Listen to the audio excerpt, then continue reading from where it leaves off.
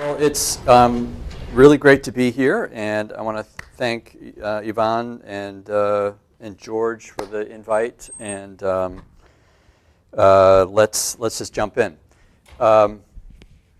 So, what you're going to be seeing is some early work. There are no dates on this, so I can't date myself.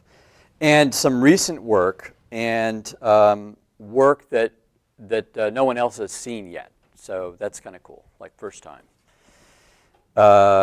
You'll also be seeing some installation work that we did, that Sheila and I did a while ago, and you'll see some architecture. So part of that is because I've got art training originally before I chickened out in the art world and went into architecture, which I thought was safer, but couldn't shake the art discipline.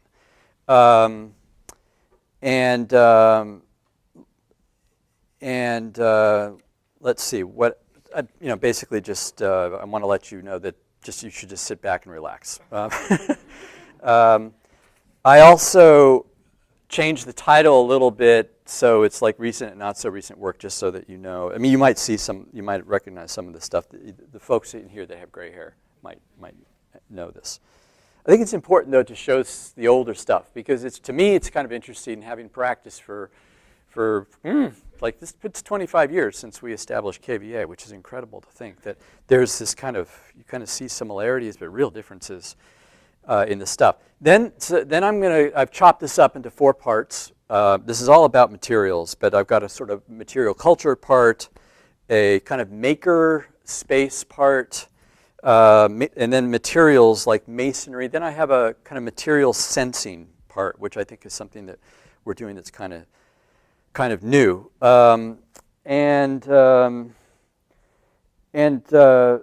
Basically, the reason I wanted to introduce the earlier work is that the measures. When I say measures, I'm talking not only about like the dimensions, but mainly the kind of plan, the course of action that we take, so that the measures that Sheila and I and our entire staff take do step outside the boundaries of architecture. I mean, we practice it as much as we can, but everything we really want to do, and in some ways we want to be scientists, we want to be researchers, we want to be landscape architects, we want to be everything, but we're architects, we're trained as architects. So it's very natural and also kind of risky business for us to get outside the bounds and work with marine biologists, because we're just really curious to see what impact that has. So some of the early stuff, when we were trying to get a foothold in architecture, is sort of tainted in that way. So that's enough of that. So the first project is the Interim Bridges project, and it's about research. It's about an archaeological dig. It's an installation, and this was an interesting time when this artery was up, cutting between the North End and downtown Boston, and there was this kind of pitch that was going on to try to sell this project like it's going to be a snap, no problem. I mean, 11, I think it was $11 billion, that will solve this problem. And then actually came in at more like 15 billion. And so the kind of expectations of the project, its kind of future thinking was at the time really hard to understand. Of course, now we can understand it. I mean, how many of you actually saw the artery or drove on the artery when it was up? I mean, it was quite an amazing experience. You just fly through the city. It was pretty cool, and I kind of miss it. So one of the first projects that we did was we made a proposal to do an exhibition called The Temporary City, which was tied into an archaeological dig that the state was doing. So we told the state, look, you've got this dig, we can give you an exhibit space to show it, if we can make this thing, and we have funding for it. So we funded the project ourselves. And so for those of you who've never been there, I mean, this is what it was like. Imagine this is the Freedom Trail right there, basically, where you walk across. And there's a beautiful park there, and there's water and, fountains, and that was it. It was like cars just moving back and forth. And I have the audio's not working on this, but it's like really loud and very, very strange. And so they started to find these kind of pieces of things like combs and bottle openers and key rings and nails. So we were interested in this kind of place of exhibition. At the same time, during the construction process, there was a need to connect both sides of the city, because there was this cut through the middle, and they were going down with slurry walls, as you could see in the slide, a good 60 feet. So how would you get across? So this was a pretty radical project for the time. I mean, it was a very unpleasant experience, the way the state had planned this. So we wanted to make the experience something that was more viscerally understanding of the conditions of the city, the kind of infrastructure of the city. The slurry wall construction, the depth of the big dig, as they called it at the time. So you can see here posters that we found as part of our research, political posters of the time, signs that were billboards, basically, that were put up on the sides of buildings. Really the artifacts of the city that were exposed. Here's the dig that they were doing at the time. And another video showing the prototype. So this was actually a 40-foot section of a much larger bridge that was proposed, but it was never the larger one was never built. But that was okay with us. I mean, we didn't have to build the whole thing. It was just really exciting to be able to build part of it. And get a sense of what these spaces might be like, just using wood stud construction, very simple stuff.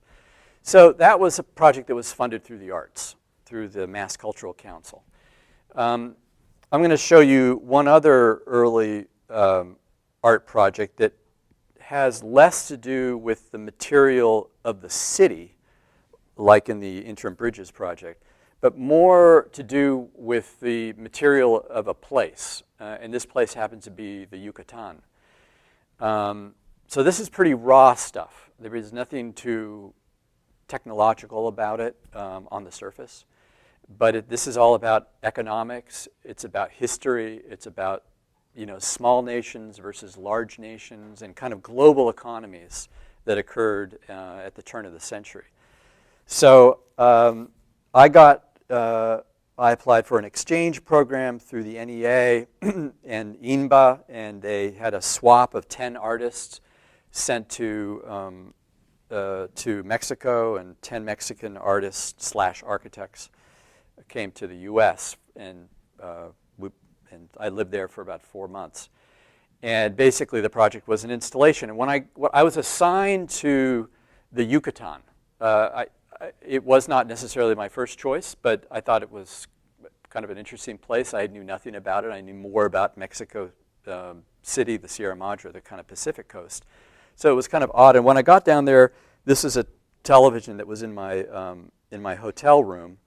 They had Mayan programming and Mayan language. And I thought, whoa, this is crazy. I mean, I speak some Spanish, and I was prepared to like live for 4 months because I knew some Spanish, but Mayan was like not on the chart. And so I immediately thought, well, I've got to like, this was a project that was not pre-planned. I mean, the whole point was you were supposed to go down there and kind of discover your work through research. That's why it was 4 months.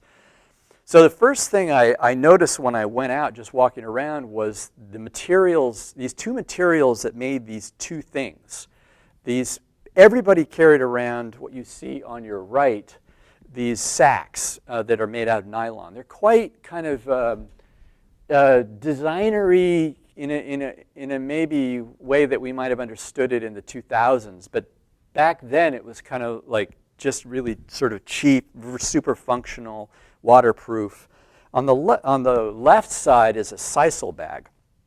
And so when I began to research a little bit more into this sisal, or henequen, it's called. I don't know if we have anybody from Mexico who would know about this, but it's a fascinating topic of research that I would encourage anybody to jump into. It's vast. I found that the sisal, which is a plant, a henequen plant, was something that goes back all the way to the Maya, and they used it for everything. They used it to make string, they use it for dental floss, they use it to tie their shoes together. It's the strands that come out of these long leaves of the plant, and it looks like a cactus. And they are super, super strong. So these are these machines that are beginning to take the strands and twine them into sisal twine. This, on the other hand, is the counterpart. The counterpart, which is the nylon, which is sort of from a petroleum product, which Mexico has resources from. So I was confronted with these two kind of materials and this one culture, and tried to figure out what impact the nylon, which is making these new bags, is having on this, trying to transition from this traditional material. The research began to show that an enormous wealth occurred at the end of the 1800s. And you can see that on the slide on your left, that the amount of money and the influx of money created this sudden wealth where the Mexicans were able to build huge haciendas and estates. They were able to create their own monetary system. They had their own churches on their grounds. Yet they used the Maya to do all of the work. So this is the kind of economic disparity between the two. And further research into some of the plans shows that this is Mérida in the middle. The enormous amount of henequen sisal fields that you see in the shaded areas, and in the middle of those are the haciendas. There were 700 haciendas. This is only part of the Yucatan. There were 700 haciendas throughout, all connected by railroad lines, not roads. They just used, I mean, they had roads, dirt roads, but really the technology, the infrastructure was railroad. The symbolism of the wealth, each one of these haciendas had their own gates. Now, you might be wondering, why are these all looking so ruinous? And the reason is because basically other types of materials began to be used for twine. And the U.S. started to bale, instead of using sisal twine, started to use wire to bale the hay bales. So by the 1920s and 1930s, and plus the political situation, it dropped off. So here you see this kind of contrast of both the petroleum pellets being sucked out of 50-gallon vats, barrels, and then on the right, the henequen plant themselves. And in the end, what was created was an installation in a museum in Mérida, which contrasted both of these systems. One in sisal, one in nylon, 700 balls of twine, 350 on either side, then combined in a kind of braided strand in the middle. And you know, if you heard the audio on this, you would hear an incredibly loud vacuum sound of this machine, which is taking these pellets out of these large gallon, these 50-gallon barrels, and then basically melting it down and then creating the nylon. And these are the spools of nylon that are being filled up in different incredibly beautiful colors and then sent to the factory to where they make the bags. And what's incredible is that the technology that's used to make these, they're the same Irish machinery that was brought over in the late 1800s to use to make the sisal. So they just like had the same machines. All they had to do is oil them up, put nylon on them, and just go to town with them. Out of the 700, there are about 12 of these sisal factories left of the 700. And when you go on the grounds, they still have the old railroad tracks running through. The haciendas are just falling apart, but it's really worth it. If you guys ever go to the Yucatan, go to Mérida, just rent a VW Bug, which you can still do, and just travel out there. Watch out for the wild dogs. But it's amazing to see this transformation from something that's so. In fact, I went out and interviewed, because I had so much time, interviewed men and women in the plaza once, and I held a nylon ball, which is here, and a sisal ball in the other hand, and I said in Spanish, which one do you prefer? And the men all said, oh, the sisal twine. You know, they really liked it. It was like kind of like hairy and just kind of rough looking. And the nylon twine with this kind of translucency, all the women loved the nylon twine. And it was just culturally, even to the gender, I thought it was just fascinating that one material would speak so much to the history, to the economy, to this kind of global trajectory of a very simple plant. Maker spaces. We just finished a project at the North Bennett Street School, which is not so far away in the North End. And I wanted to show this to you because I think that, I mean, how's the shop at Northeastern? You guys have a pretty good shop? Or, I mean, you know, it's interesting. I mean, at a certain point, you might not need a shop here because there's so many other ones that are beginning to develop, like tech shops, and there's the Artist Asylum. I don't know if any of you know the Artist Asylum in Somerville. But when we were confronted with this kind of hands-on tradition of this particular school, it just jumped. The idea just jumped out that, like, what is going on here? I mean, why is the North Bennett Street School, which has students draw I mean, it's a higher ed program, it's an accredited program. Why are students coming here to learn to draw with a T-square and Mayline when you can go to Northeastern or you can go anywhere and you can use software? I mean, you can just make it so much faster. Like, you can make a beautiful violin out of Rhino, on a Rhino model, and you could print it. And I had huge arguments with the director, who is an architect by training, and just quit it and decided he wanted to do what he loves, which is make furniture and make stuff. And so in doing a little bit more research on this whole idea of like maker communities, and this is a map which shows, you know, some of the maker spaces that are both privately run, franchised ones, you know, the ones like Tech Shop or, you know, there's a Hacker Dojo in San Francisco. There's Instructables, which is an incredible place in San Francisco too. A lot of them started out there, but there are also some that you're beginning to find in universities. Of course, we know the one at MIT. I mean, MIT sort of started the whole thing. And so in the midst of this, you've got this really old school that started in 1850 by a woman who decided, you know, she needed to help young immigrant men get a job in Boston. And so for over like 170, almost 170 years, this school has sort of evolved from starting to make just little pewter lanterns and small things to they started a music school, and somehow music started violin making. I mean, it's a long story, but the point is that you're finding a student body who is looking for an experience that has to do with quality of life. In other words, there are some students here that I've met who have a liberal arts degree, and George, you and I were talking about this coming in. They get out of school and they get a job, you know, at a hotel or at a car rental place, or in an service office building, and they're just not happy. I mean, it's not happening. It's not happening for them. So they're looking for something that's going to be more satisfying. They want to do something that they've always really loved to do. And I don't know how many of you, you know, in high school, you know, took shop classes or something that was hands-on based. So that's what you find here, is you find The opposite, in a way, it's the opposite of, this is not the North Bennett Street School, all right? This is Instructables in San Francisco.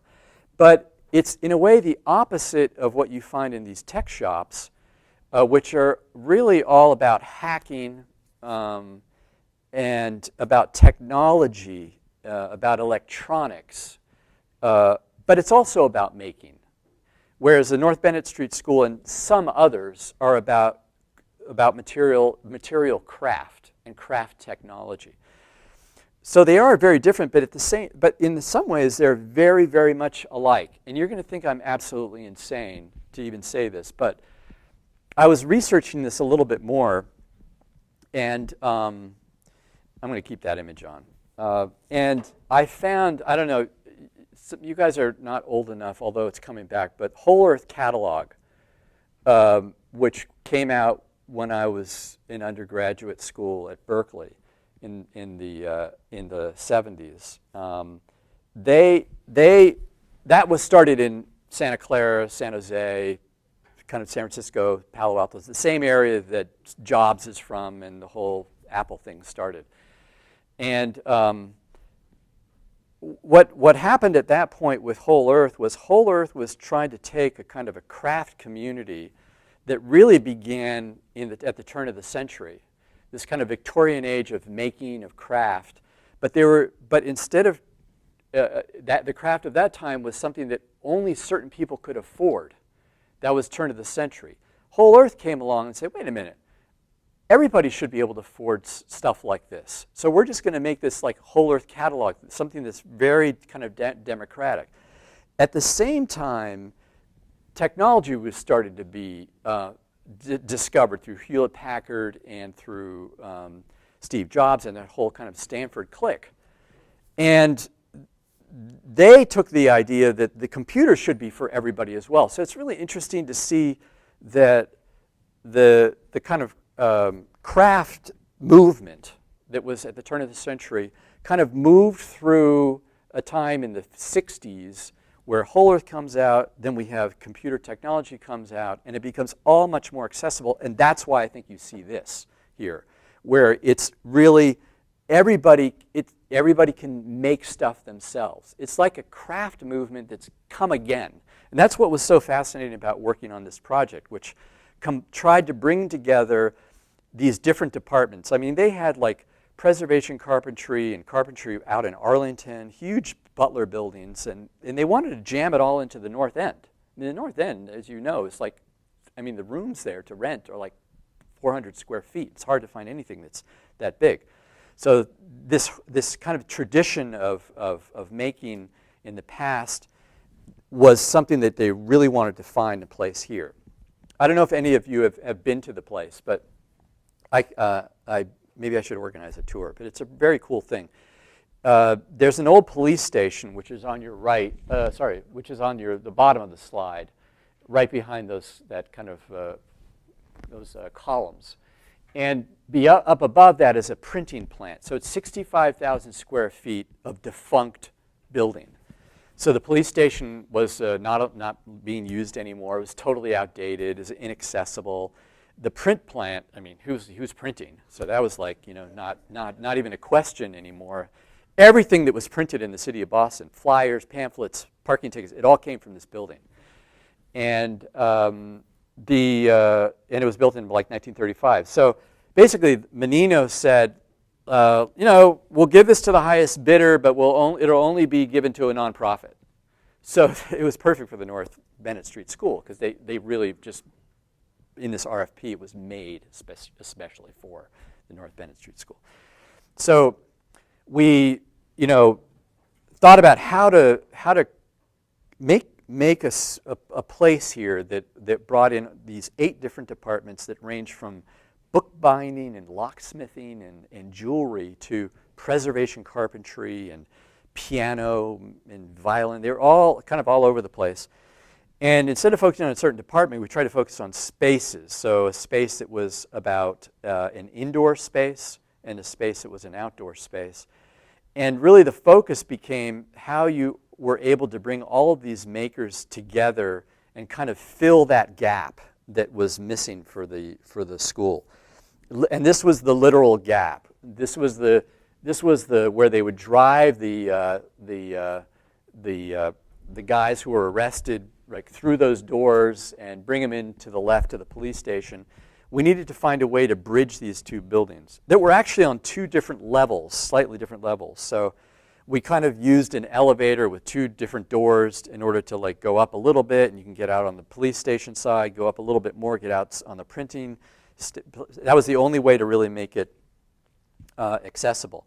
And what happened was, by creating this kind of central space, a space that was almost too big that it kind of busted out the backside. So if you're ever driving from the airport through the Sumner Tunnel, look in your rear view mirror, but very quickly, and you'll see someone like hanging out up there.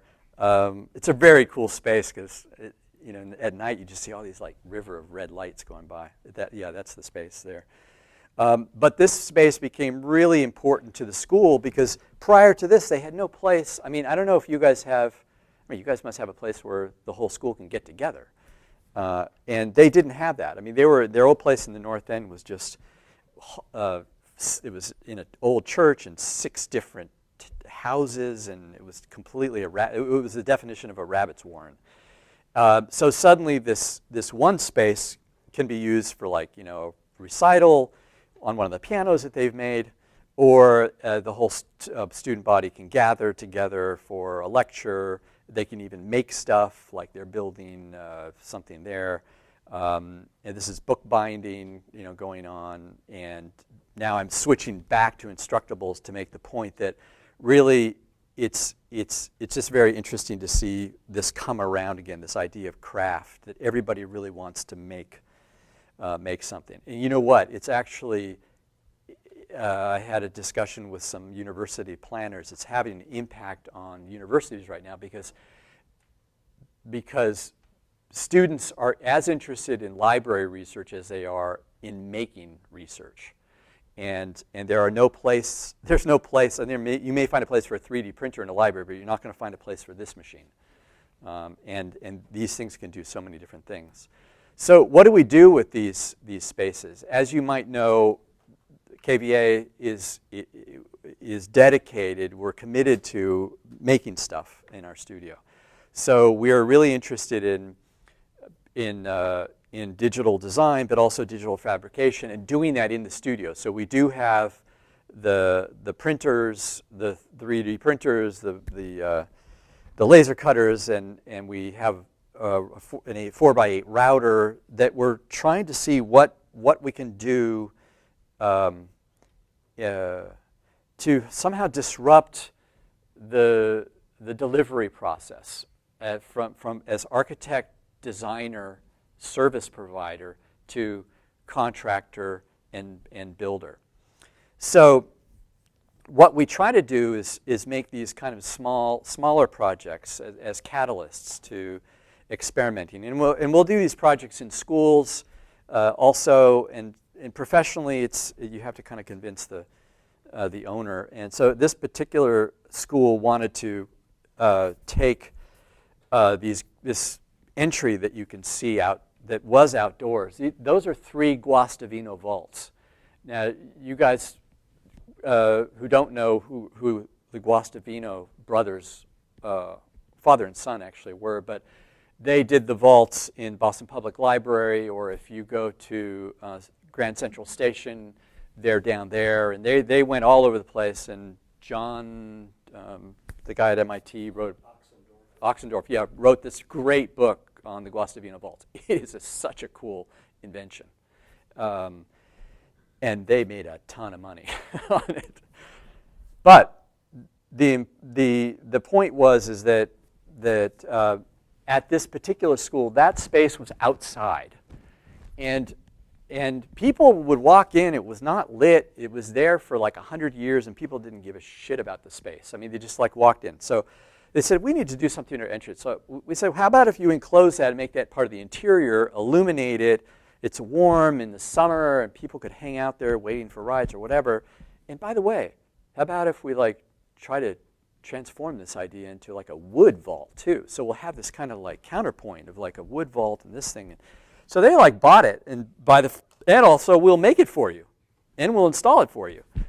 So they were like, yeah, sure, no problem. So so we like started like jumping in there, and we used our engineer that we used on the Soft House project, which I'll show you in a minute. And I'm taking my time here, so I hope that's okay with you guys. We did some testing on the materials because it was going to go into some pretty wicked bending. Made lots of models, this kind of flat to form design process that you guys, I'm sure, are very familiar with. We learned from lots of mistakes. I would never use these like bolted metal fastener connections again. That was like insane. It should all be done the way you see it there, all friction fit. The drawings that are required to make these kinds of things. And this is all something that can be made right there on a 4x8 router in the office, and and delivered to the site. And then this is just a short little time lapse of it. I think this was about a day and a half to actually, once everything was figured out, to erect the piece. It took about a day and a half of people from the office. We had interns working in the summertime, and it was a lot of fun. But the really important thing was that it created this kind of this relationship with the Guastavino vault entry, that when one entered that and then kind of discovered this other thing, there was this kind of interesting familiarity that one felt with that. Some more views of that. Sort of seeing it peeking from the outside as you come in. It's this kind of little discovery. So I think these small little projects are really important to do. And this is another small one that you may have seen over at MIT as part of their 150th. We were interested in kind of rediscovering a way to work with plywood that would be different than, let's say, the vacuum formed plywood that we're familiar with the Eames.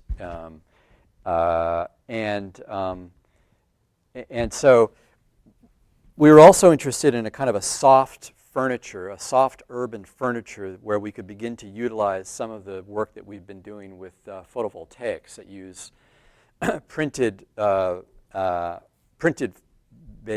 printed photovoltaics on flexible backing. So what we decided was, well, why not do this kind of urban furniture that was kind of fun? It could be a place to recharge, literally recharge, where you could take your phone and plug it in, and you could plug it in using the sunlight to recharge your phone, to recharge your battery. And you could pick it up, move it someplace. You could rotate it in order to get the best angle on the sun. And it's something that's fun, something that could be mass-produced. So we partially made this in the workshop. We partially had this made in someplace in Watertown. And what we were interested in was taking a plywood and cutting grooves out of it, and we called this a kind of a zipper joint. And so what happened is that when you put those two pieces of plywood together, they self-form the curve that we're trying to achieve, so that when you see the image on the right side of that image, every one of those three-sided forms is different. The one at the bottom, every angle is different than the next one, which is different than the next one, different from the next one. So when you have these sheets laid out, this is the robot arm that's working on it. When you have these sheets laid out, they all look like they're just the same, mass-produced, but every one of those grooves is slightly different, which is very easy to do because you just basically send it to the router and you have the router do it. And when you put those together, they actually just form it. They form it to exactly the curve that we're looking for, and then just glue it up, vacuum, And then we got to the process of putting the photovoltaics on, which you can see where we've got the glues together. These are all done in parts. You know, of course, we can't get one long piece of plywood, so you can see the splice joints there, which was a little tough to get. You can see how dated this is. I mean, this is only like 2.5 years ago.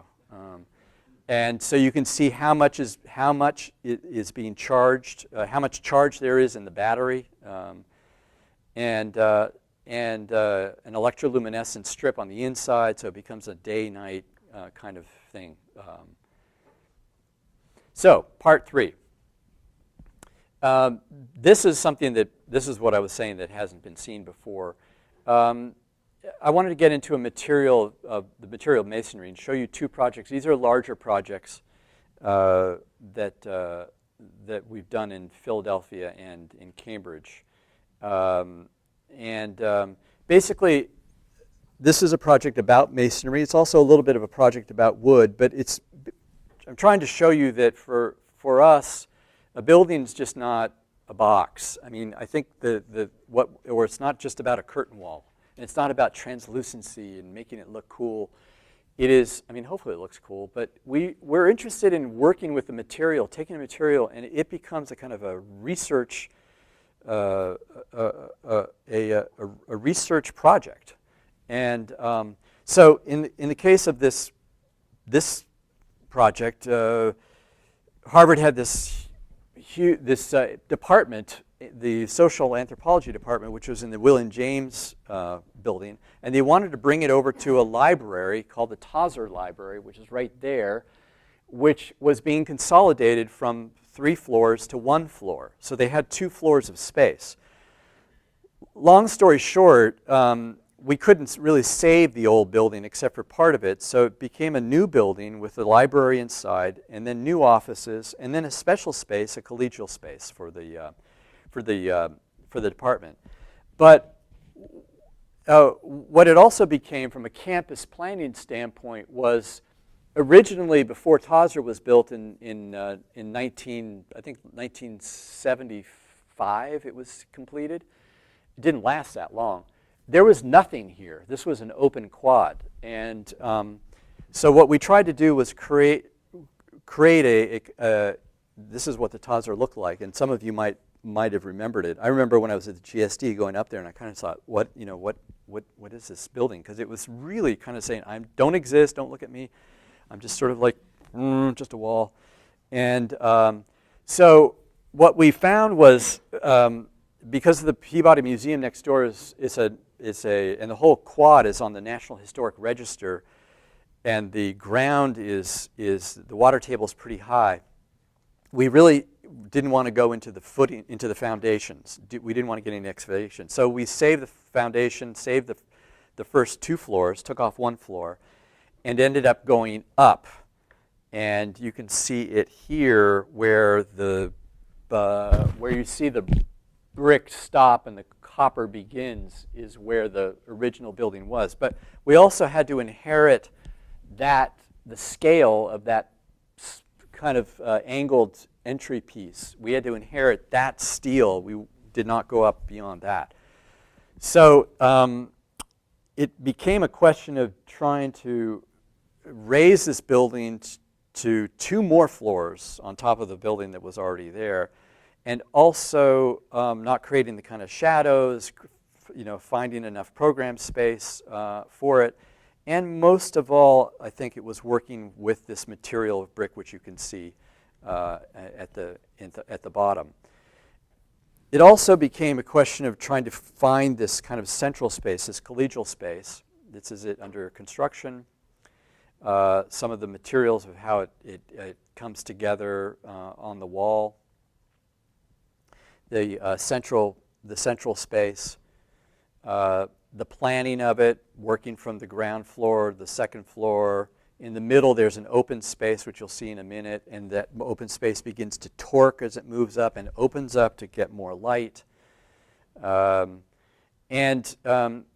were kind of interested in working with the brick mason and also with our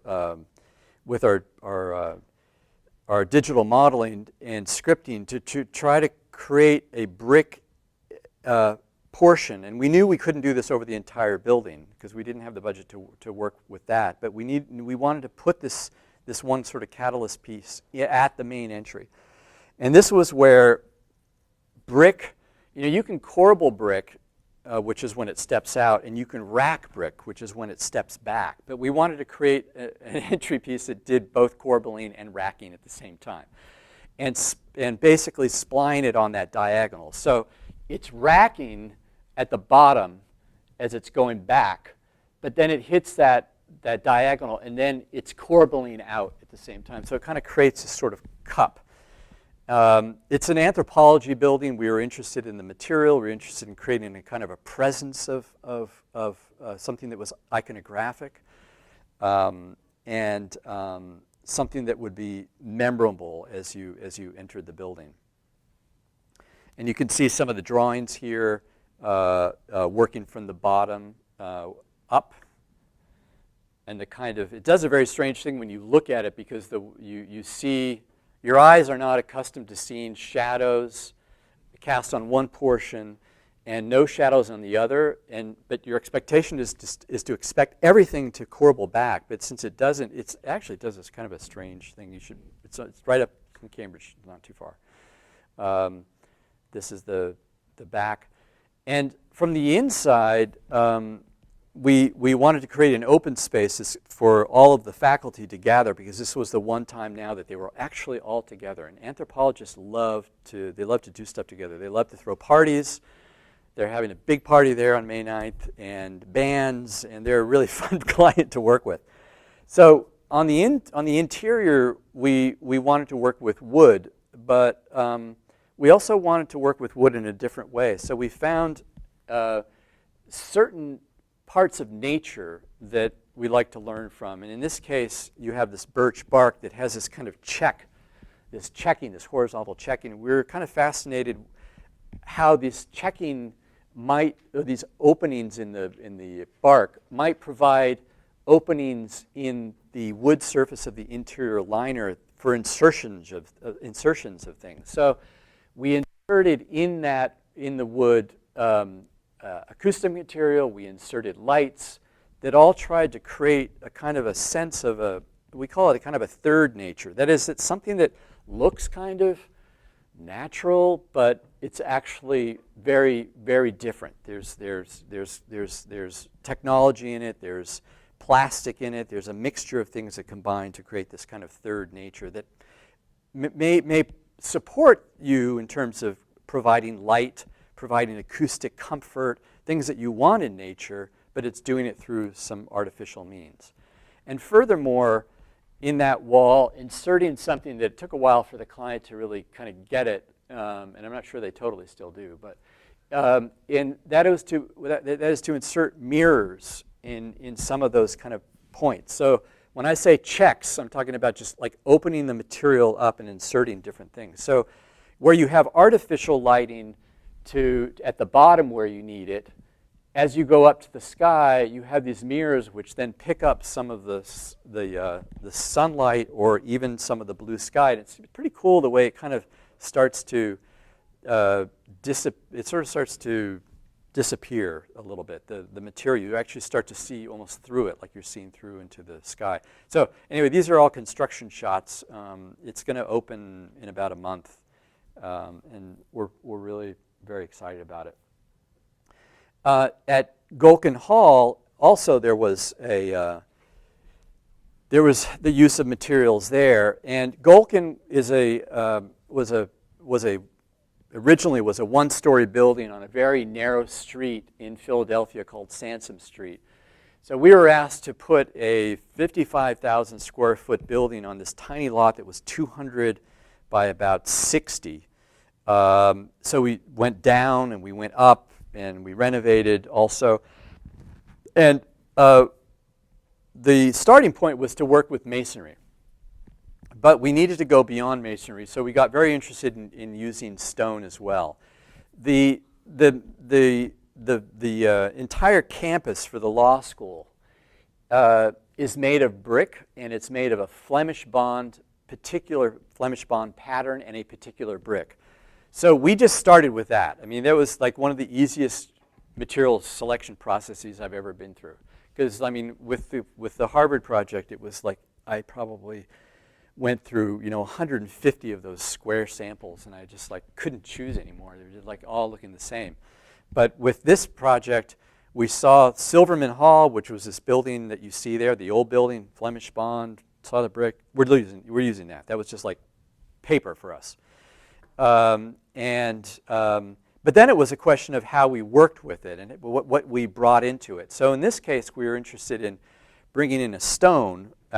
We wanted to use alabaster, but alabaster would like freeze and explode in the wintertime. So we used, and we wanted to be, this was a LEED gold building, so we went as far as Vermont, which somehow like still was within the 500 miles radius. But we liked the Vermont marble because of its translucent qualities and the way it plays with light. So in this little video clip here, you can see how this was another catalyst project. We can't do this over the entire building, you understand, and we don't even have to do this at all. But we wanted to do it someplace where it was really significant, and so that was at the entrance.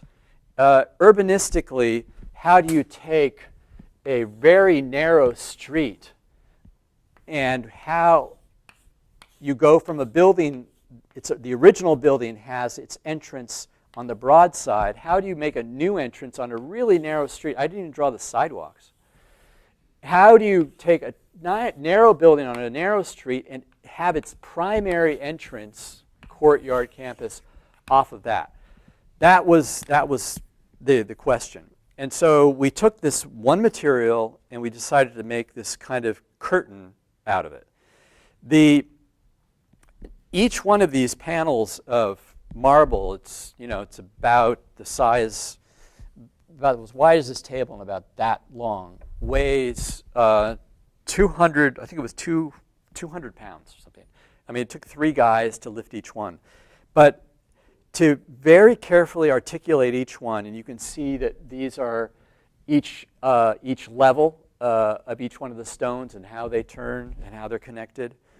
To take them and through digital design, through scripting, where you can check when you're scripting, you can just slide your bar over and you can see exactly how you want the sun to pass on it.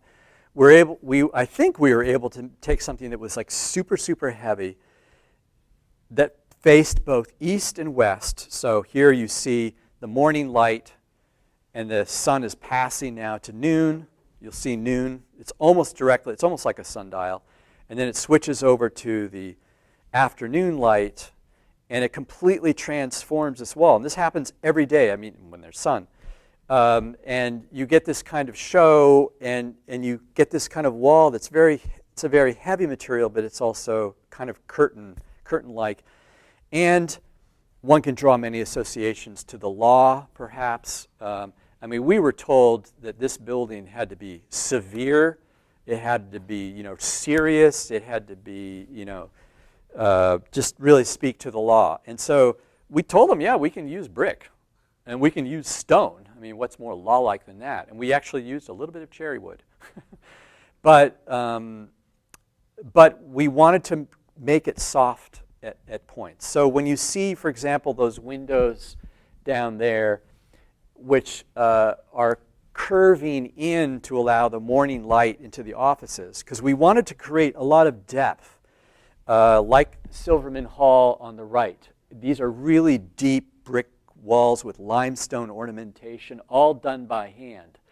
We were interested in creating that kind of same poche, that same depth, but use digital means, use our technology that we have in terms of craft to create a different type of ornamentation that was something of our time. Basically, that's what it was. We're interested in kind of transformations and the kind of light effects that you get with that. Because the building was so compact, light became very important to bring into the internal spaces. So there was, of this 4-story building, there was one point where we connected all 4 floors together. And some of you might know that you really can't connect 4 floors together because fire departments go crazy because it's a chimney in effect.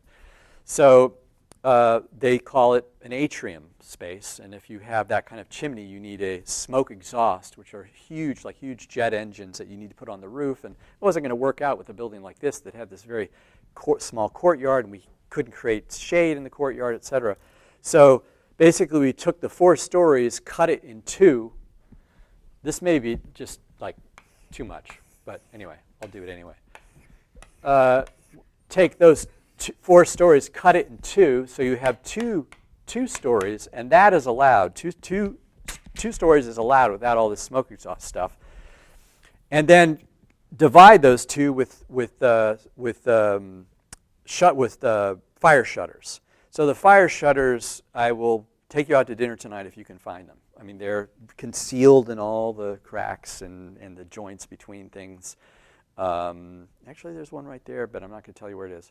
But I think in the end what it did is it provided a kind of openness that was really important for the school. And furthermore, because of the 65 feet width at the ground floor, there was the central spaces weren't getting a lot of light. So we provided these kind of tubes of light through the middle of the building. So those 2 top stories have this shaft, and there are 3 of these shafts that come down. So it's pretty cool. Like in the summer, when the sun is really high, you actually get sunlight hitting in a kind of an administrative area where, you know, these administrators and secretaries and stuff, I mean, it's tough. But when you have light come in there, it's like they love it. I mean, they absolutely love it. And so some views of the court. There was a lot of green roof on this project, and just for you young architects out there, it's an example where the cities now are telling developers that you need to take your first half inch of water. The first half inch of water is your responsibility. You're not putting that first half inch into our storm drain system because it's going to mess up our rivers and et cetera. So Philadelphia had that zoning law. And so what that did was it forced the school to really rethink how are they going to deal with that first half inch. And that's basically 90% of the rain that you get because it's half inch is a fair amount of water anyway. To have it in a single event. So they, put these green roofs up. They took that. Otherwise, we would have had to build an infiltration system in their courtyard and dig up the entire courtyard with this huge infrastructure inside.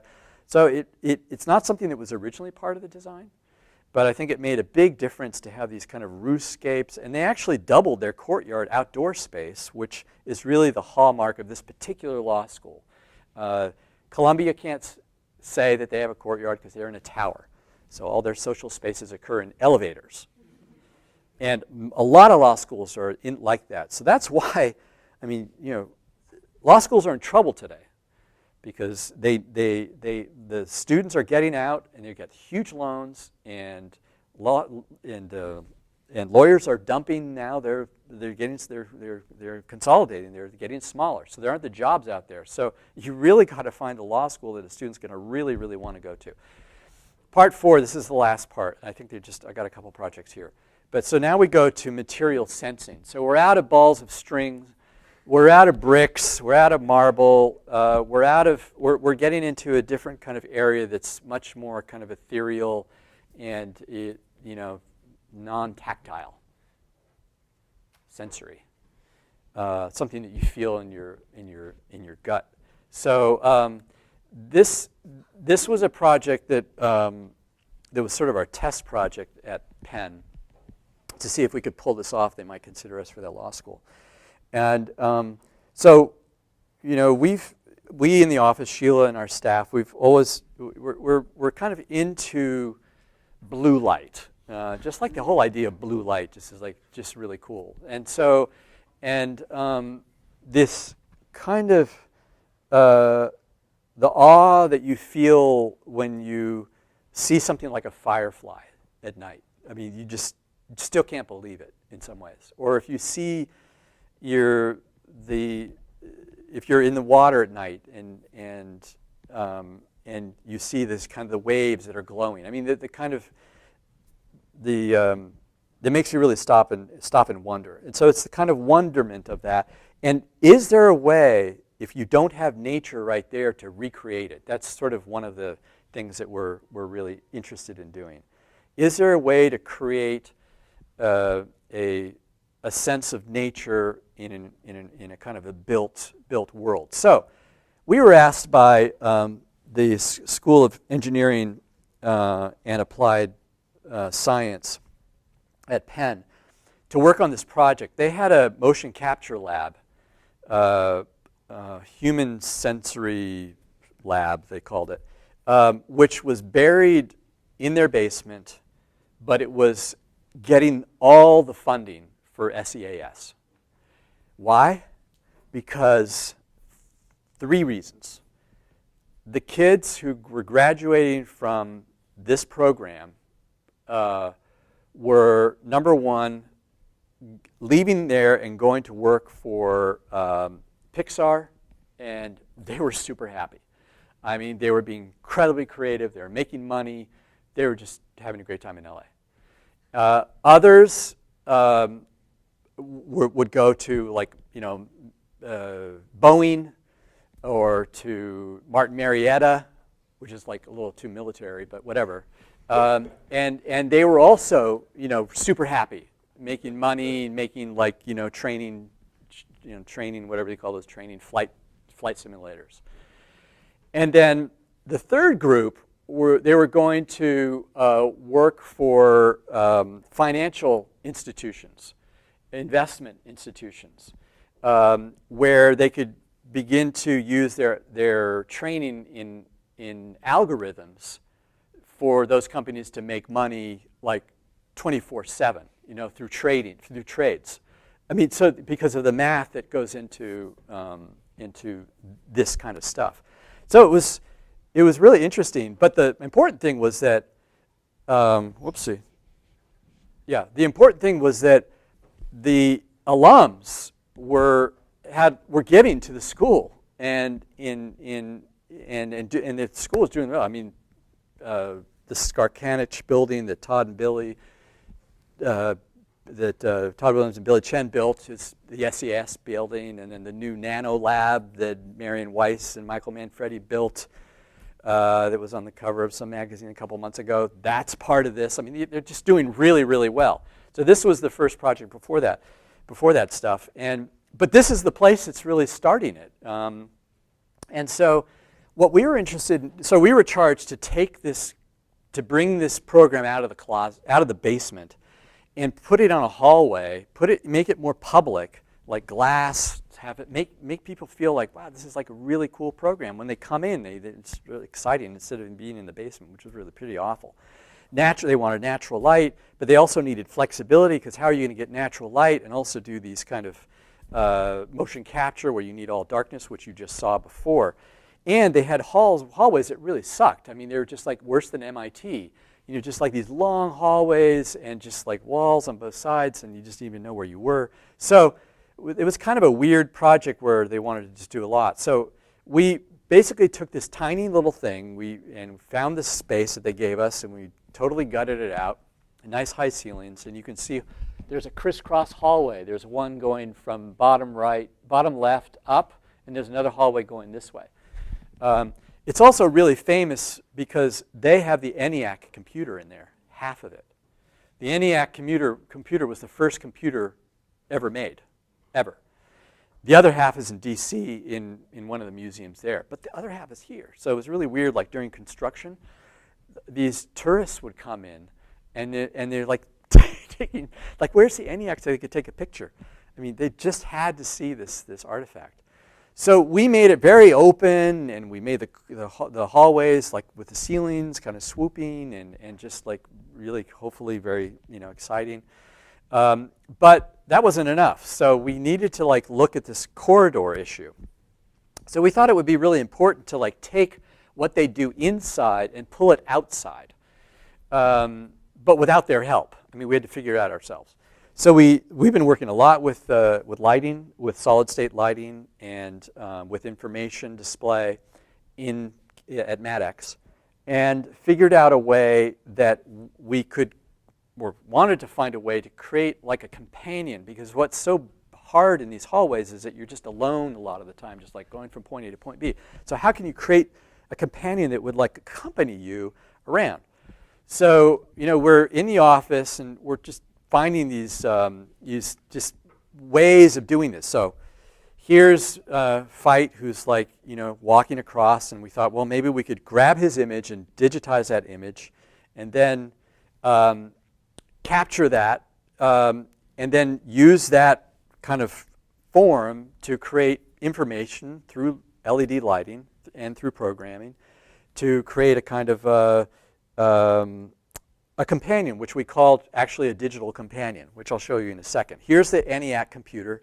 So we made these walls that you could actually go see the ENIAC computer from the outside, from the corridor. And off in the distance, you can see a guy headed toward this like ramp up there. And he's about to trigger a light sensor, a motion sensor, which then picks up this person's image and then sends his digital or her digital companion after them. And so they work at all kinds of levels. You can get, if you get 3 people passing, you're going to get 3 companions going. This woman doesn't even know she's got a companion that's chasing after her. And so it's both fun, but it's also kind of a social thing for the place to have.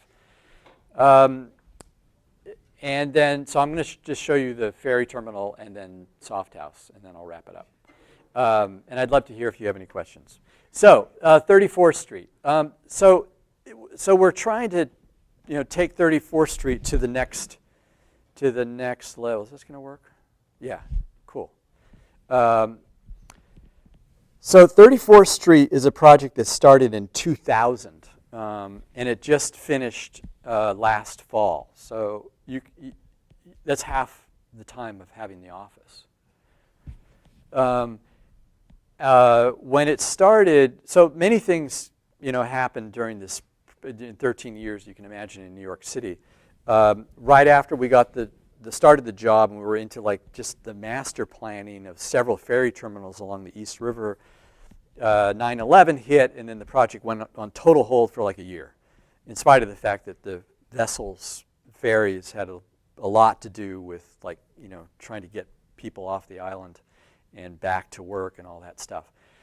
And then, so that was a kind of a political thing. Then you have, when was it? In October, when Sandy hit a couple of years ago. And that's what this is. You have this kind of natural occurrence which kind of puts a halt to everything. You see over in Queens, the lights just went black, when the Edison plant went down. And so these are all these kind of questions of resilience that come up. Police cars, fire trucks spinning around. And they're kind of beautiful in a scary sort of way. But these images are really really important, because this is actually picking up, and you are getting some kind of a reaction out of lights, out of something that's kind of terrible and frightening, and was not a good thing at all. But it's also a natural phenomenon. I mean, this is it's something that we have to deal with in these coastal areas. So the question for the ferry terminal became really important in terms of how the river, how one sort of responds to the river when you're on that site, how commuters then act together, how they move together on the site. There's lots of flows, ebbs and flows of natural and human kind of activity. So as I said, the project started a long time ago. You can see how long ago by just look at that CPU and that monitor on the bottom right-hand corner. I mean, it was a thing of beauty. Yeah, and look at that mobile GPS unit. Whoa, that's like 10 years before an iPhone. The project also it was started out as a building. It was a heated building, a climatized building. And then, 9/11 hits, and so, hey, we got to cut back here. So we're just going to make this still a terminal, multimodal terminal, but it's just going to be all outdoors. So that was actually a very cool moment in a sense, because had to really deal with, like, well, how do you make a roof that's not going to just pick up and fly away? And these were some kind of bollards, security bollards that they'd asked us to put out after 9/11 that we wanted to make it not only into bollards because they just look so kind of defense-oriented, to make it something that's kind of fun and active. The model that was made and eventually that was finished just recently, worked with a really great engineer who really understood the kind of the lightness that we wanted to create and the light that we wanted to create through the project. And not only that, some of the kind of sensory and interactivity, the kind of interactive dimension of the project, which I'm going to tell you about. So the project was built right, as you see right on axis here, was built on a Con Ed pier that was used to bring power to Manhattan from boats. I guess they would unload coal and then unload coal on this pier, and then they'd bring the coal over to a plant. All that's done. I mean, all that was torn down. But the pier was still there. And, of course, the DEA wouldn't let us remove the pier because it was a fish habitat, because fish just love to live on these kind of old kind of structures. But there was it was inaccessible to get down, so we built a ramp next to it and purposefully built the ramp so that it was quite a distance, as you can see in the gap there, from the pier itself. And this was important so that people, as they're on the pier, in this kind of commuter experience, can actually see and hear the water. Otherwise, it would have been just too wide. And you even get the reflection of the water. It's a very active site, bikes and people walking around. Here you can see these LEDs, which are in these oculi that were created. There's even the guys fish off the pier, which I think is really cool to see people coming down and rediscovering nature through this public infrastructure. Intermodal, it's 34th Street because that's how you get across the Manhattan to the Hudson River. There's even a heliport here, so it's a very kind of busy site. So all in all, I mean, so the architecture was one thing. I mean, using textiles and trying to figure that out, and using perforated metal and the kind of forms that were created with that. But what we really wanted to do was somehow make this connection to nature. So through different means, a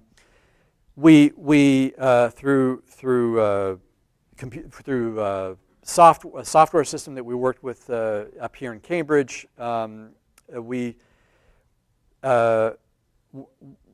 were interested in recording the movement of the tides and also the movement of passengers as they move back and forth.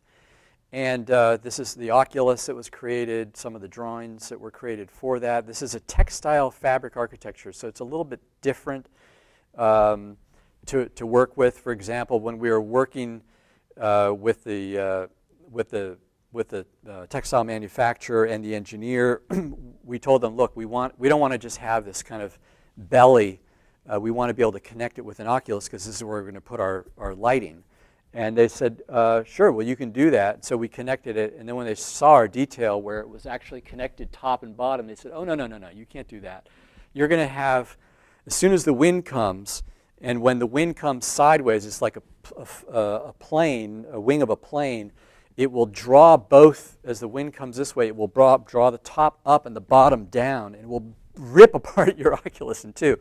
So it's like, how do we solve that? It was a bungee cords. So we created like this kind of, there was a lot of textile thread in here, but there was like this fat thread, like a bungee cord that sewed the top of this, and it actually is able to move. It's a really very cool kind of primitive detail that was used. But this is what, as you can see here, these lines, are those lines moving? Oh, geez, sorry, maybe this video is not really working. Yeah, those lines are moving up. So that's the tide That's the current of the East River as the tide is going in, because it's a tidal river, so it moves both ways. And this is the pedestrians moving left and right as they pass across the oculus. So there's a motion sensor that picks up the pedestrians, the commuters, that start, let's say, on the left and head toward the boat, the vessels, or vice versa. And those will be picked up by LEDs. And then the LEDs are also picking up the currents depending on which way the water's going. So it's not as if you go there and you get it. Like, you don't stand there and say, oh, I see, now I understand that the water's moving this way. It's really, we don't really care about that. And it's not like a museum interpretive thing where you're going to have a sign to explain it all. It's more like the fact that it is connected.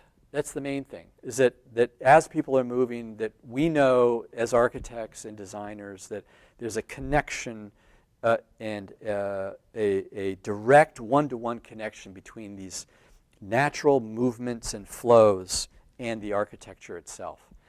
And the last project I wanted to show you is Hamburg, the Soft House. And I think in this project, it in a way has brought together a lot of these ideas about materials and about interactivity. Even some of the stuff that I haven't showed you, like the portable light project, which is a totally other kind of thing. But it deals with energy harvesting. It deals with a type of wood construction which we don't even have here in this country yet, which we will soon, which will be very cool. And it deals with wind. It deals with nature. So and it also brings that into your everyday life experience as you occupy this particular house. So Hamburg is a great city. I don't know how many of you have been to Hamburg, but it's really. What's that? For everyone who's first year is going to get to go. We have a special trip to Hamburg every year. Oh, really? Oh, I'm jealous. Well, I hope you have a chance to. Well, you definitely have to go to see the IBA site because it's really very cool. So it's a place about water, it's a place about wind, and it's a place about light. And they don't get a ton of it, but they do get enough for these kinds of experiments that we were interested in. And it's a lot about boat making. It's a lot about wood. So this is Hamburg on the right. Way up at the top is the downtown. What downtown? It's really the center, historic center of Hamburg with all the canals. And that's where you'll find Hafen City. So that's where Herzog and de Meuron have the Philharmonie. Rem's got his aquarium, which I don't think is started yet. All kinds of amazing projects. Jeannie Gang is going to start a housing project soon over there. So it's like sort of like an international scene. But left in its wake was this island called Wilhelmsburg. Wilhelmsburg was really known historically for being the departure point for most immigrants out of Europe in the 1920s and 30s and 40s. They would all go to these barracks and just leave on ships to the North Sea and go to the U.S. primarily in South America. But since then, it has become this kind of abandoned land where a lot of immigrants have come from different parts of North Africa and Asia.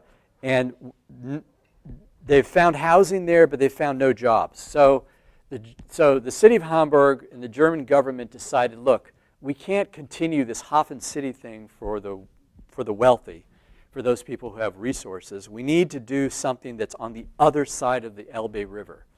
So their icon for IBA, if you've seen it, is this little blue man that's jumping. And that's supposed to be the icon is jumping over the Elbe River from Hamburg, that we all know, to the other place. So it was pretty sketchy when we first went down there. People said, don't walk around alone and stuff like that. So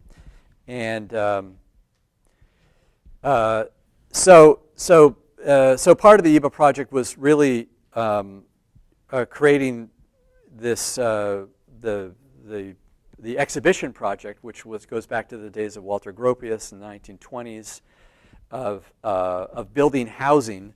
But now it's not just housing for kind of for new industries in cities, but it's housing for in this case, people in this area who need the housing.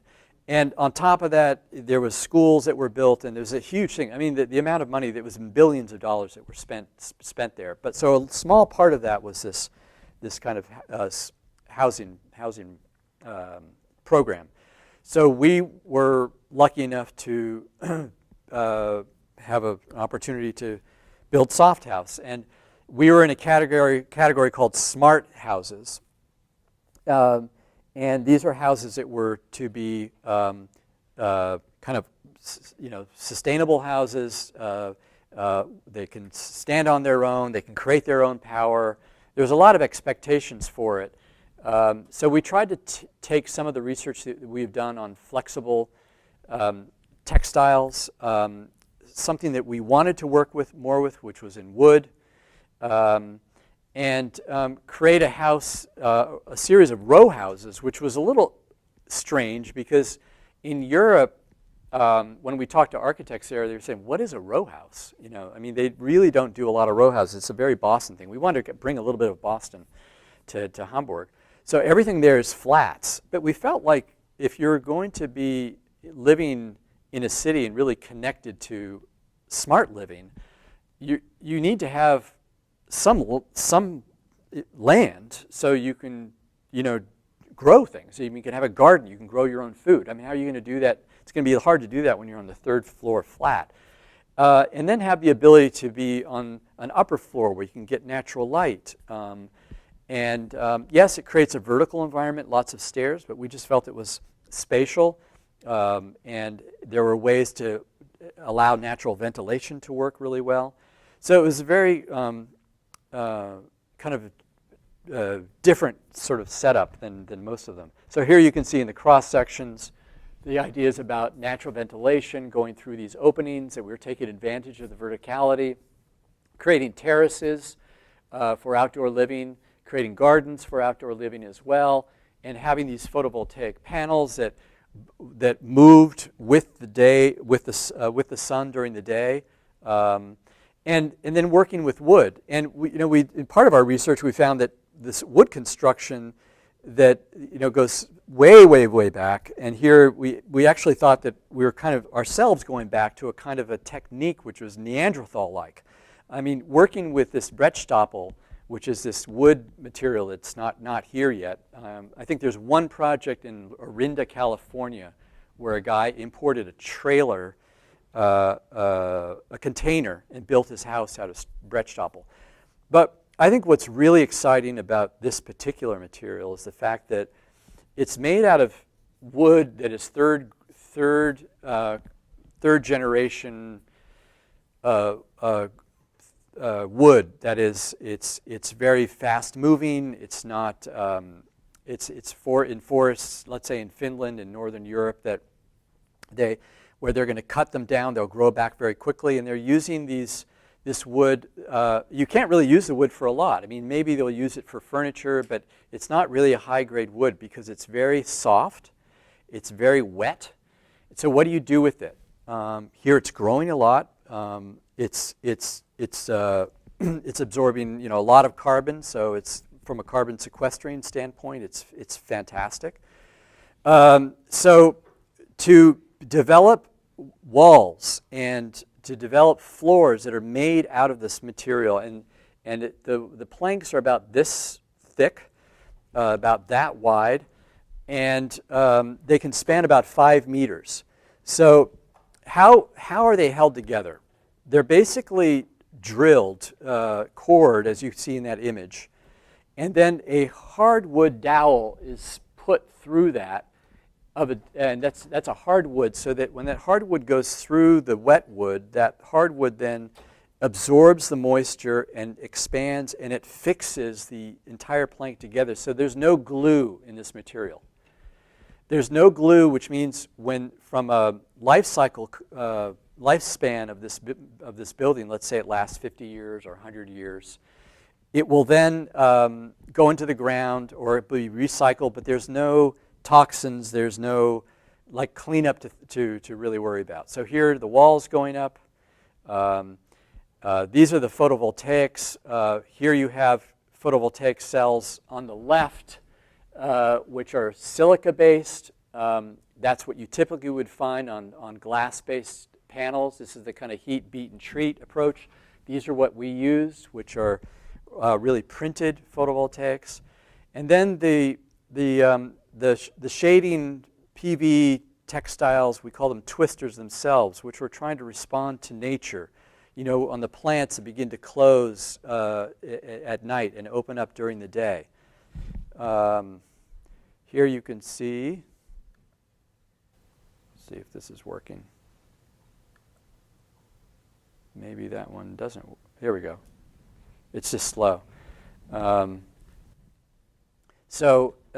Now, of course, the sun is not traveling that fast, so they wouldn't be moving that quickly. But this was when we were testing them to see if they did work on the servo motors. Those are servo motors on the bottom. And so they're fixed on the top, and then they're twisting on the bottom, and then they're turning to follow the sun, which really optimizes. I mean, the point with photovoltaics is that if you have a photovoltaic panel on your roof, it's pretty much optimized for 1 minute out of the year. And in this case, we're able to track the sun. It really makes these panels much more energy efficient. What are they doing? They're charging batteries, which are then sending energy to illuminate light on the inside.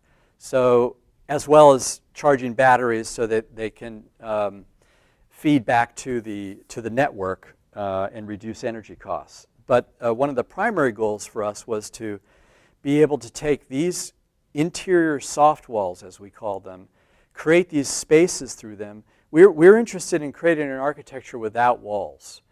And that might be a problem when you have bedrooms or you need privacy, but we said, let's try it anyway. I mean, this is an experimental house, and the developer was up for it, at least in 2 of the units. And we did studies where these curtains, as they moved around on the interiors with the heat of your own body, will create these kind of warm eddy spots. So, I mean, it is, I think, something, it's also with the lighting within them. I think it is something that is something that we could begin to look further into. Let's see. So here you see where, from an interactive standpoint, you see the lights on the left that are moving. Those lights are moving at the speed of the wind, which is outside being picked up by a wind sensor. When the wind is blowing harder, which it does in Hamburg, those lights really move quite a lot. So, like the ferries, this was an example of something that brings nature from the outside to the inside and lets you experience it, even though you can't necessarily hear it. And this was a passive house. Passive house has walls that are this thick. They don't want, in a passive house, you're not supposed to open your windows. So you're in a passive house and it's energy efficient, but you're completely disconnected from nature. So can we, through architecture and through light and through information and through digital means, find ways to bring nature inside? So I think that's a whole dimension of architecture that's open to us now, that it's wide open, and I invite you all to participate.